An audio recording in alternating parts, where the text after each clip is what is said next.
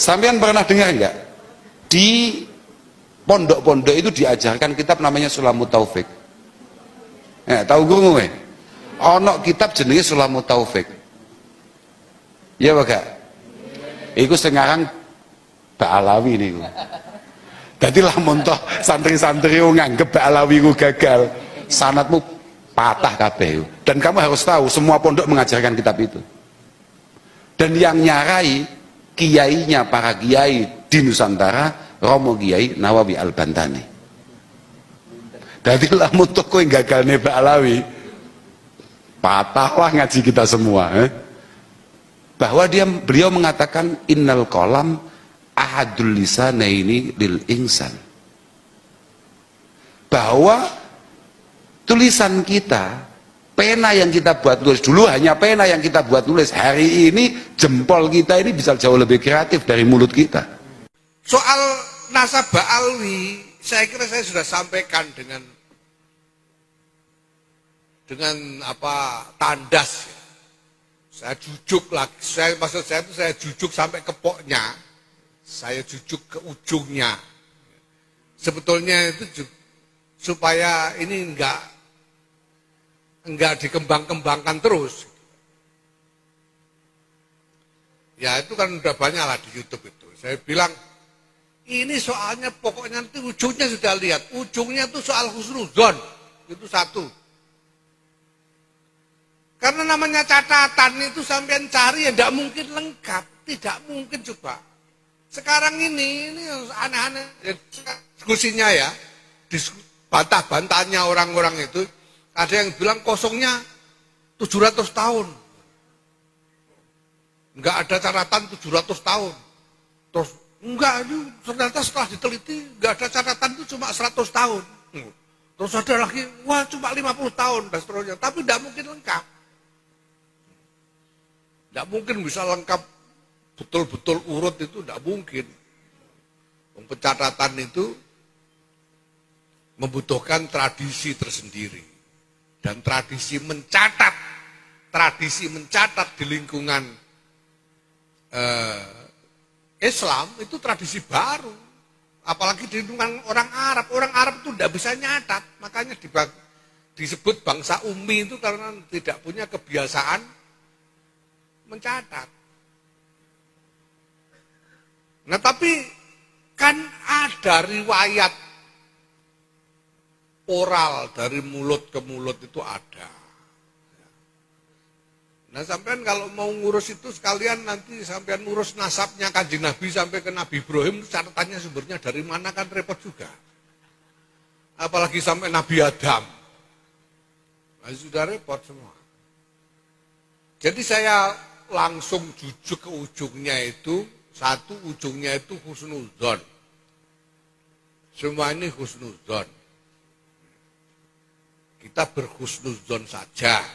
Sudah, itu yang pertama.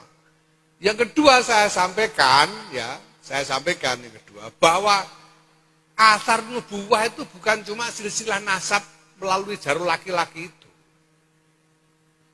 Dan sebetulnya silsilah nasab jalur laki-laki itu juga tidak harus jadi pegangan. Wong mansus di Quran wa ma Muhammadun aba ahadin min rijalikum itu sudah jelas.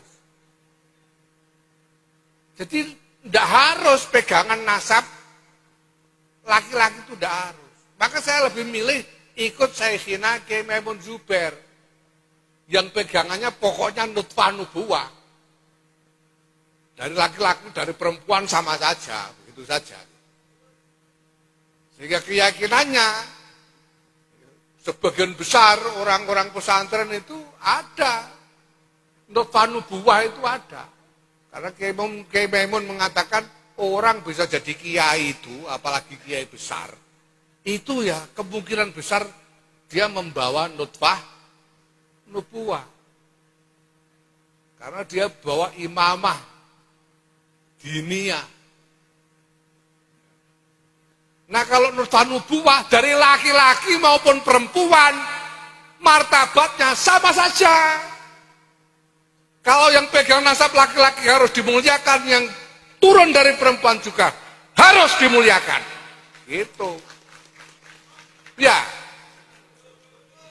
Jadi tidak bisa, ada pihak yang berhak mengklaim, mengaku saya lebih mulia, saya paling mulia. Ini sama mulianya. Saya hakul yakin Kiai Syafi'i ini juga lahu nutfah, nubuwah. Sama mulianya, walaupun nggak pakai nama fam. Ini semuanya, dan ini biasa di dalam agama. Kita tahu Lailatul Qadar dirahasiakan, walinya Allah dirahasiakan. Ya, waktu mustajab di hari Jumat dirahasiakan supaya apa? Supaya kita memuliakan semuanya tanpa kecuali. Gitu loh. Tidak perlu merasa paling, tapi saling memuliakan. Itu yang paling penting. Itu soal nasab tadi ya. Jadi menurut saya sih ya yang ribut-ribut kurang kerjaan. Biarin. Ini mohon maaf karena ini isu yang juga berkembang saat ini, yang salah satunya mengacak-ngacak apa yang sudah mapan menjadi akidah bersama adalah salah satu nasab Ba'alawi. Mohon maaf karena ketum ini sudah 2 kali menyampaikan statement berkaitan dengan Ba'alawi. Jadi menurut ketua PBNU di Jamiah Nahdlatul Ulama sudah bisa dikatakan ijma, mereka semua para kiai-kiai kita mengakui terhadap nasab Bani Ali Ba'alawi seluruhnya. Kenapa ini saya sampaikan? Kalau ini dibiarkan, orang yang mengacak-ngacak ini kita biarkan, maka ini akan mengakibatkan runtuhnya akidah kita, runtuhnya pegangan kita. Hampir dikatakan seluruh sanad ilmu dari masyayikh Jamiah Nahdlatul Ulama itu adalah mengarah pada Sayyidina Ali Ba'alawi. Kalau kemudian ini diteruskan, berarti kredibilitas mereka akan diragukan. Ada sabda Rasulullah, man intasaba ila ghairi abihi fa alaihi laknatullah. Siapa yang mengaku nasab pada selain ayahnya, maka dia akan mengarah mendapat laknat dari Allah Subhanahu wa taala. Coba bayangkan, kalau para guru sepuh, katakan Fakil Muqaddam, Abdurrahman As-Sagaf, atau yang sudah lama kita lakukan Ratibul Haddad, yang mana beliau mengaku dia adalah bernasab pada Rasulullah dan diakui oleh para sesepuh kita, ternyata kemudian dikatakan tidak, berarti dia akan mendapat laknatullah. Kalau itu kita percayai, yang baru-baru ini, yang anyar-anyaran ini, itu kita percayai, berarti kita akan melecehkan Kiai Hamid, akan melecehkan Kiai Nawawi Sidogiri, akan melecehkan seluruh kiai-kiai kita seluruhnya, termasuk Mbah Mun. Kemudian bagaimana dengan ilmu yang kita? Kalau mereka kita lecehkan satu saja, berarti kita anggap mereka orang pembohong. Itu adalah suatu pelecehan yang sangat sekali. Berarti kita akan sabbu itu. Kita akan misui para kiai-kiai. Kita akan misui para habaib.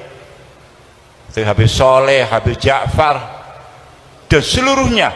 Bahkan kita akan misui Abdullah Al-Haddad sendiri yang rotibnya kita pakai.